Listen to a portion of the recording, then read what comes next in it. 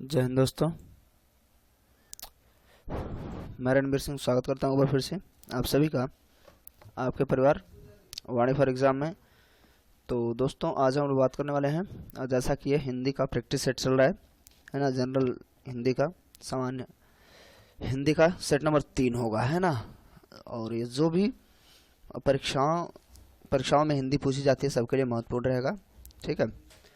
तो वीडियो को एंड तक देखिए। और यदि आप चैनल पर नए हैं तो प्लीज़ आपसे रिक्वेस्ट है कि आप चैनल को सब्सक्राइब कर लें, साथ ही साथ नोटिफिकेशन बेल को ऑन कर लें जिससे मिल सकेगा नोटिफिकेशन सबसे पहले। देखिए प्रश्न क्या है, पूरा सीरीज चल रहा है तो इसमें देखिए समास पूछा हुआ है कि कौन कौन सा समास है, ठीक है।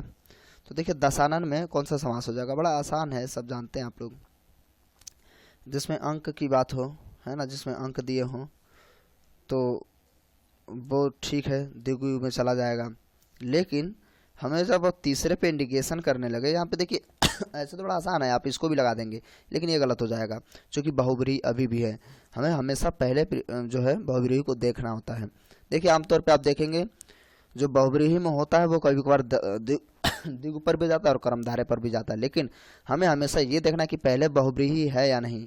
तो हम प्राथमिकता बहुब्रीहि को देंगे, उसके बाद बाकी चीज़ें बताएंगे। तो यहाँ पे अंक है, ठीक है, अगर नहीं होता तो बहुब्रीहि द्विगु लगाते हैं। तो यहाँ दशानन का मतलब रावण की बात हो रही 10 शीश वाला, तो यहाँ पे बहुब्रीहि समास हो जाएगा, ठीक है। तो यहाँ पे कर्मधारय, तो कर्मधारय का तो कोई मतलब नहीं, द्विगु नहीं होगा। अब ये है रोग पीड़ित, तो कर्मधारय द्वंद्व बहुब्रीहि समास तत्पुरुष समास। तो इसमें देखिए रोग से पीड़ित, तो तत्पुरुष जो हो जाएगा संबंध तत्पुरुष समास। अगर हम और थोड़ा सा अंदर जाएं तो हो जाएगा संबंध तत्पुरुष समास, ठीक है। तो करेक्ट आंसर क्या हो जाएगा, तत्पुरुष समास। परिभाषाएं अगर आप जानते हो, कर्मधारय में क्या होता है, वो कर्म करेगा, है ना, जैसे चिड़ी मार ऐसी चीज़ें होती हैं। तो जो है उसमें कार्य होता हुआ प्रतीत दिखेगा, उसके लक्षण दिखेंगे कर्ता के। और द्वंद्व में क्या होता है, द्वंद्व में जैसे और का हम कहें तो सीधा सीधा सा लोप होता है, जैसे रात दिन, रात और दिन, ऐसा वाला चीज़ें होते हैं। धन सॉरी लाभ हानि, है ना, अमीर गरीब, ये सब चीज़ें द्वंद्व में आती हैं।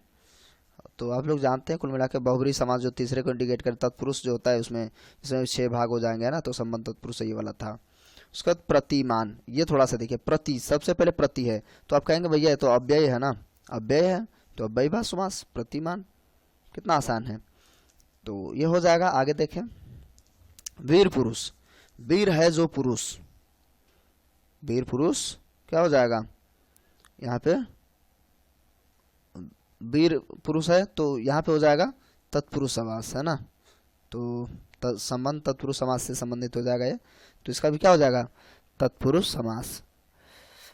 तो अव्ययीभाव द्वंद्व बहुब्रीहि का कोई मतलब नहीं है, तो इसलिए क्लियर हो गया। आप लोग काउंट करते रहिएगा, आप लोगों का कितना सही हो रहा है लास्ट में बताइएगा। 29 से 33 के बीच में प्रत्येक के वर्ग में दिए गए विकल्पों में से तत्सम शब्द, यानी कि हमें शुद्ध चुनना है, तत्सम।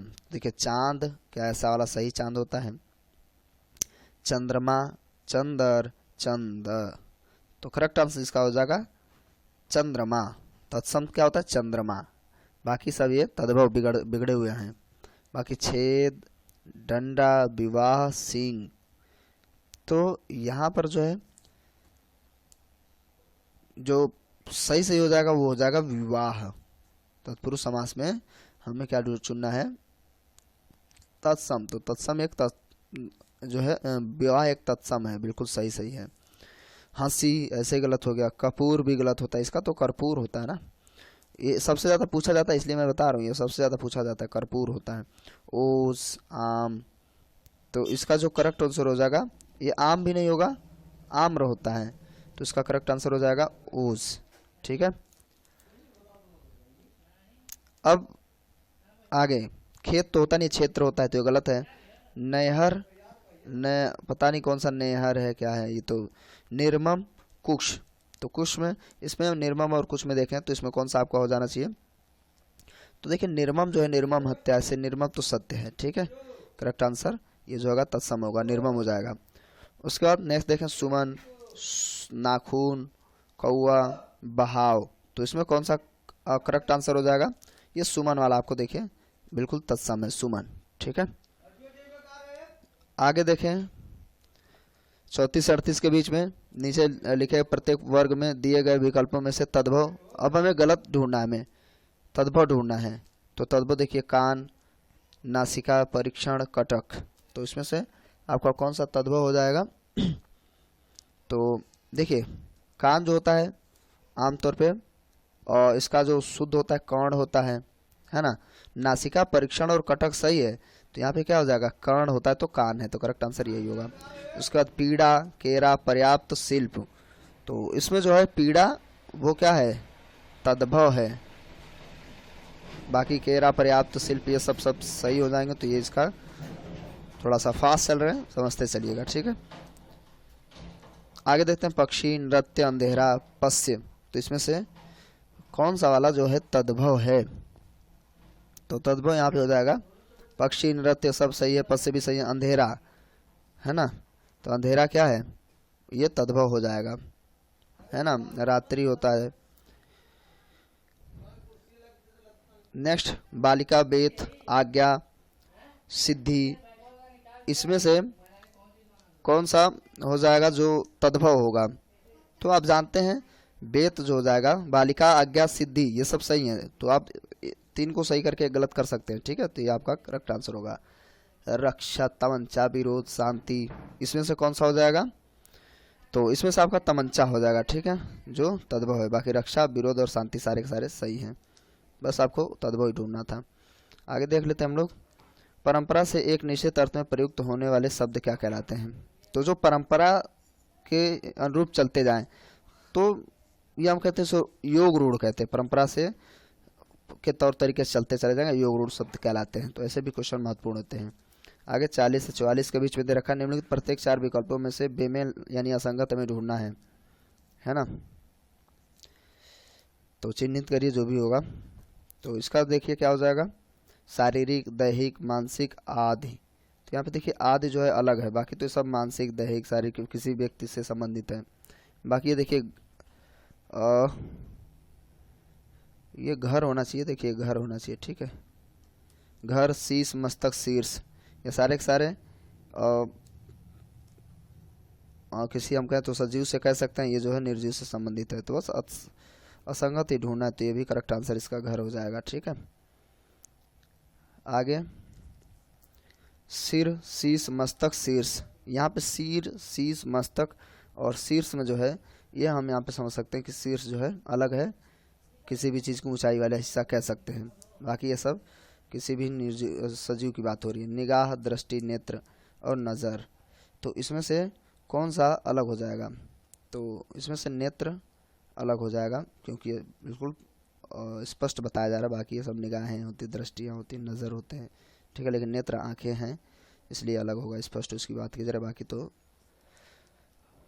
इसमें थोड़ा सा एक जैसे ये हैं तीनों। बाकी समस्या, जटिलता, कठिनाई, खेद, तो इसमें से अगर हम बात कर लें कि आंसर कौन सा होगा, तो देखिए खेद जो हो जाएगा वो आपका करेक्ट आंसर हो जाएगा, है ना। तो यहाँ पे करेक्ट आंसर है खेद। तो ये खेद है, दुख प्रकट करना, है ना। समस्या, जटिलता, कठिनाई सब एक जैसे हैं आपस में, लेकिन ये दुख प्रकट करना वो अलग है। या निगाह, दृष्टि और नज़र का मतलब देखना से होता है, लेकिन जो आंखें होती हैं वो तो देखने के लिए होती हैं, तो इसलिए। आगे स्वर्ग, नरक, ब्रह, यमलोक, दौ, ठीक है। तो इसका ये इसमें जो अलग हो जाएगा वो दौ हो जाएगा। कुछ चीज़ें आप रट लीजिए, ठीक है। उसके बाद कुबेर, किन्नर, रेस, कोविद, धनाधिप, तो इसमें कौन सा हो जाएगा करेक्ट आंसर? इसमें हो जाएगा आपका धनाधपी। तो करेक्ट आंसर ये देख लीजिए अलग है। उसके बाद आगे 47 वाला, ये देखिए यहाँ 47 भी है। तो 47 में इसका जो 47 में छपा, तमीचर, आम, अमा और विभावरी में जो करेक्ट आंसर हो जाएगा वो आपका विभावरी हो जाएगा, ठीक है। चलिए फिलहाल इसमें इतना ही, और मिलते हैं अगले वीडियो में। तब तक के लिए नमस्कार, जय हिंद, जय भारत।